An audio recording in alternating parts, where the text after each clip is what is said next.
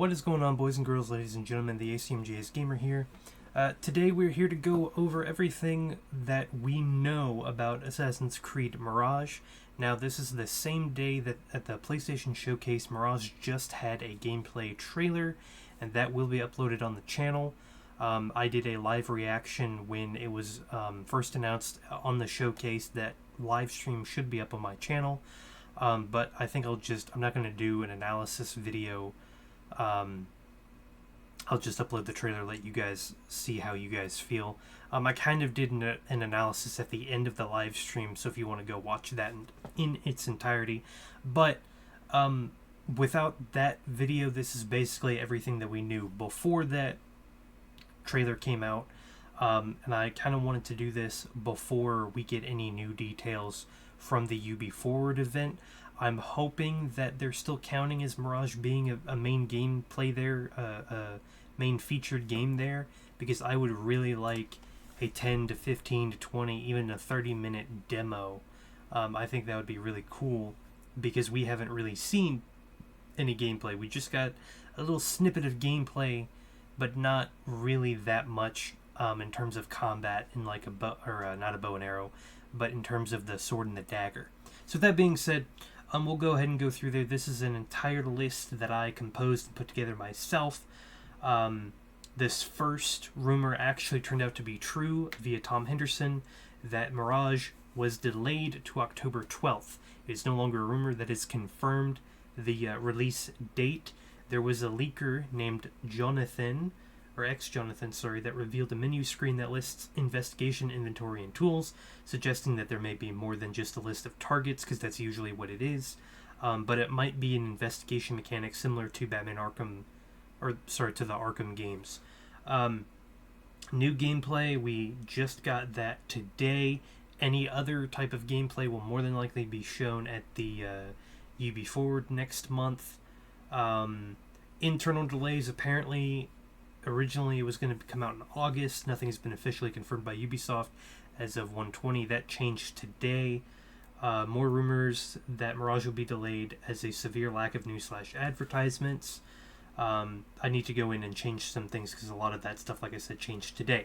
So we get into the meat of everything.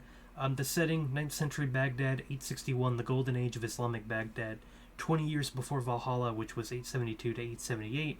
The fortress Adamut means the eagle's nest in Arabic. That's the trailer that you see in the cinematic, that's the castle, the fortress that you see in the cinematic trailer. There's no gender option, no dialogue branches or choices. There is a linear path or linear storytelling. The summary of the game is you play as Basim, from a street thief to apprentice to a master assassin. He becomes a young orphan after committing an act of deadly retribution, perhaps revenge against those who wronged his father. He flees Baghdad and joins the Hidden Ones. The story is a transitional period between the Hidden Ones and the Assassins, the same for the Order of the Ancients and the Templars.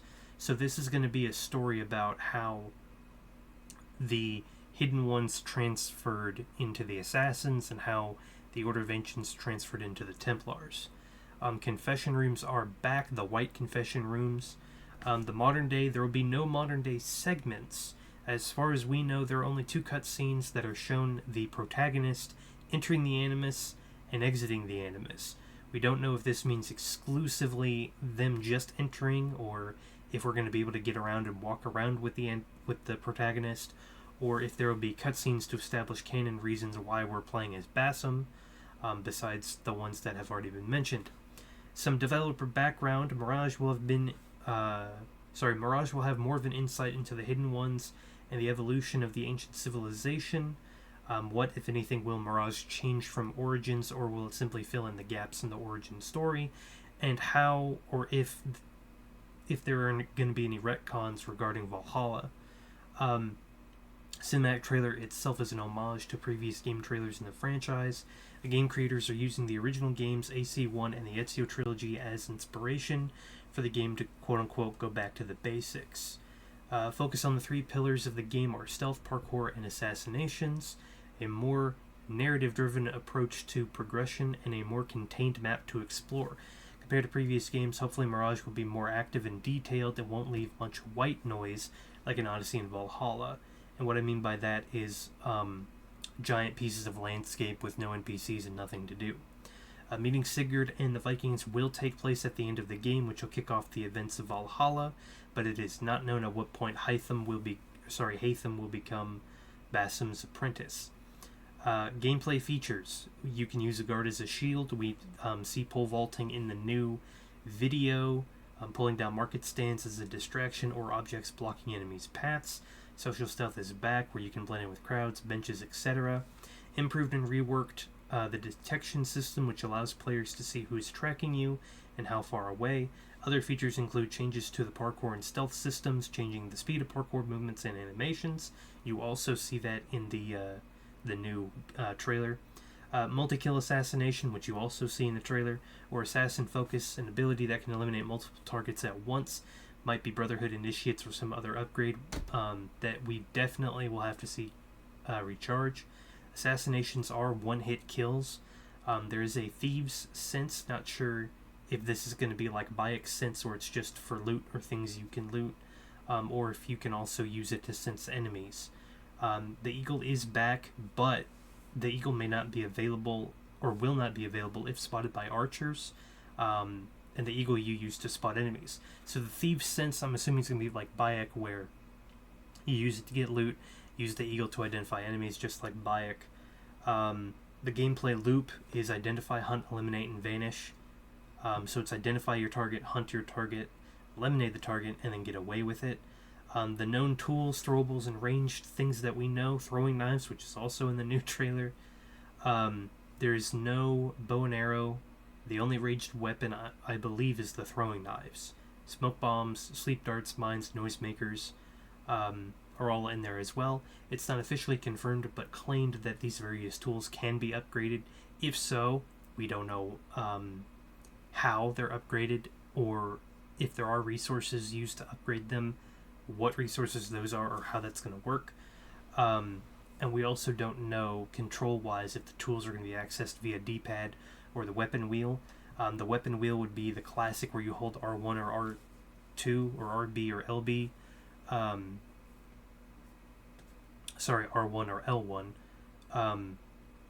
And you hold it and then you swing the thumbstick around, or the D-pad, like in Black Flag, where you could go up, down, left, and right, and you could select what you wanted.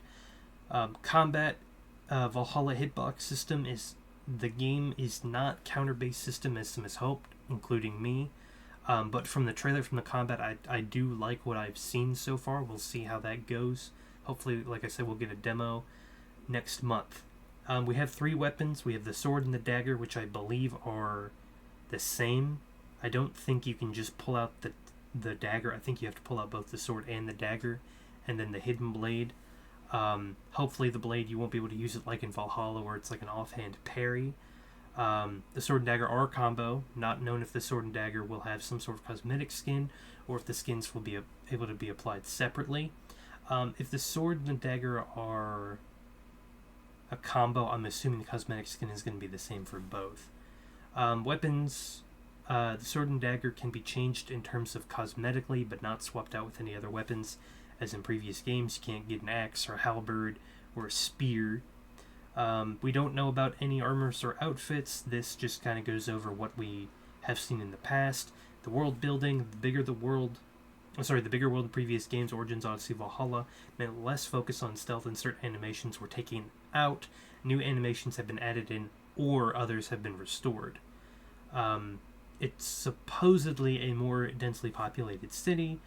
There are assassin contracts in the game, presumably through the assassin bureaus. There are 4 districts, 2 have been confirmed, which are the industrial area and the lush gardens. In terms of the contracts, we don't know if those are... If we do know there are side missions in the game, we don't know if the contracts are the side missions, or if those are the only types of side missions besides the main campaign. Early game claims that there are 5 districts: the Round City Science District, the Karach, Trade District, and Military District. The rumor is that the map about the size of the city of Paris and Unity. It is not known if side missions are separate from the contracts. Black box missions. Black box assassination missions are back. The problem is that officially there is no canon, quote-unquote, way that a target will go down in these missions, as players are given a multitude of approaches and opportunities. It is not known if there are 100% sequences or optional objectives to achieve on a sync bar, or if they are truly free like in Unity. If a player messes up, we know there's no reset option unless the player dies. There are multiple opportunities and no planned New Game Plus, so it'll take a few walkthroughs to do them all. It is not confirmed if there's a way to replay through the black box missions besides failing them or dying. One workaround would be to use multiple saves to see which approach you feel best adapts to your game style. And I believe it was confirmed recently that there are multiple clues that you can go investigate, and the more clues that you investigate, the more opportunities you have to kill your target. And to be honest, if there's an easier way to just go in and do it, I bet a lot of people are going to do that, and that'll be a way that you can speedrun the game. How long to beat? Game time, 15 to 20 hours, no planned DLC or expansions.